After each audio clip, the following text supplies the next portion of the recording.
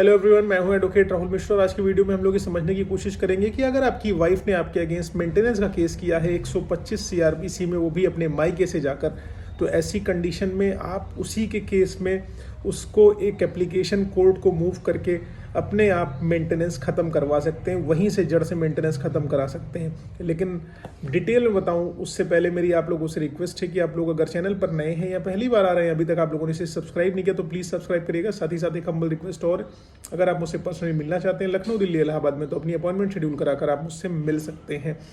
चलिए हम लोग वीडियो स्टार्ट करते हैं। देखिए दोस्तों, हस्बैंड की सबसे बड़ी प्रॉब्लम क्या होती है, उसकी वाइफ जो है मैट्रिमोनियल विवाद होता है, अपने घर चली जाती है, उसका घर छोड़कर मायके चली गई। मायके जाने के बाद क्या करती है, वहाँ पर अलग अलग सेक्शंस में उनके ऊपर एफआईआर दर्ज करवाती है। मेजरली उनका सबसे बड़ा ध्येय होता है 125 सीआरपीसी, यानी कि हस्बैंड से खर्चा लेना। अब हस्बैंड ऐसी कंडीशन में सोचता है कि जब भाई साहब मेरी कोई गलती नहीं है तो मेंटेनेंस क्यों दूँ, ये अपनी मनमर्जी से जाकर वहाँ पर रहने लगी है, बिना मेरे को बताए हुए, बिना किसी अप्रोप्रिएट रीजन के, बिना किसी युक्ति कारण के ये अपने मायके जाकर रहने लगी। अब इस कंडीशन में मुझे मेंटेनेंस नहीं देना चाहिए।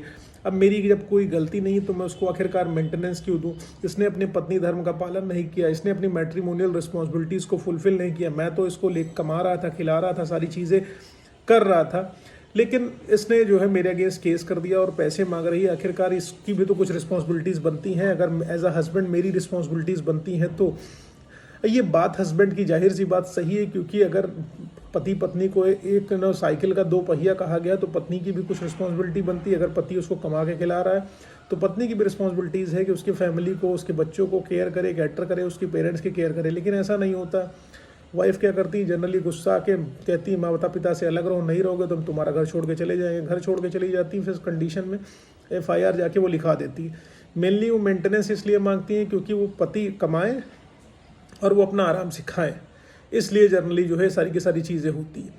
लेकिन अब इस कंडीशन में जब आपकी वाइफ बिना किसी रीज़न के, बिना किसी सूचना दिए हुए ज़बरदस्ती मायके में जाके अपने रह रही और आपको जो है ना एंटरटेन नहीं कर रही, मतलब आपकी बातें नहीं समझ रही, सुन नहीं रही। एंटरटेन का तात्पर्य मेरा यहाँ पर यही है, ठीक है। तो उस कंडीशन में आपको क्या करना है, जो आपकी पत्नी ने 125 सीआरपीसी की एप्लीकेशन मूव करी कोर्ट में, उसी में आपको मूव कर देना है 125(4) की एप्लीकेशन, जो कहता है कि अगर वाइफ बिना किसी रीज़न के, बिना किसी युक्ति कारण के अपने मायके जाकर रह रही हैं, तब वो मेंटेनेंस पाने की हकदार नहीं है। इसलिए जैसे ही आपकी वाइफ 125 सीआरपीसी की एप्लीकेशन मूव करें, अगर वो बिना रीज़न के मायके रह रही तो आप तुरंत 125(4) की एप्लीकेशन तुरंत कोर्ट में मूव कर दीजिए और उनका मेंटेनेंस वहीं से रुकवा दीजिए।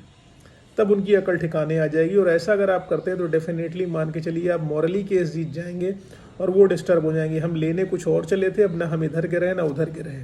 इसलिए आप मेंटेनेंस का जैसे ऑर्डर हो या मेंटेनेंस का केस जैसे आए, 125(4) की एप्लीकेशन तुरंत मूव करके उस केस को वहीं पर ख़त्म कर दीजिए। आई होप ये जानकारी समझ में आई। अगर समझ में आई तो प्लीज़ वीडियो को लाइक, शेयर, सब्सक्राइब डेफिनेटली करिएगा। Thank you so much. जय हिंद।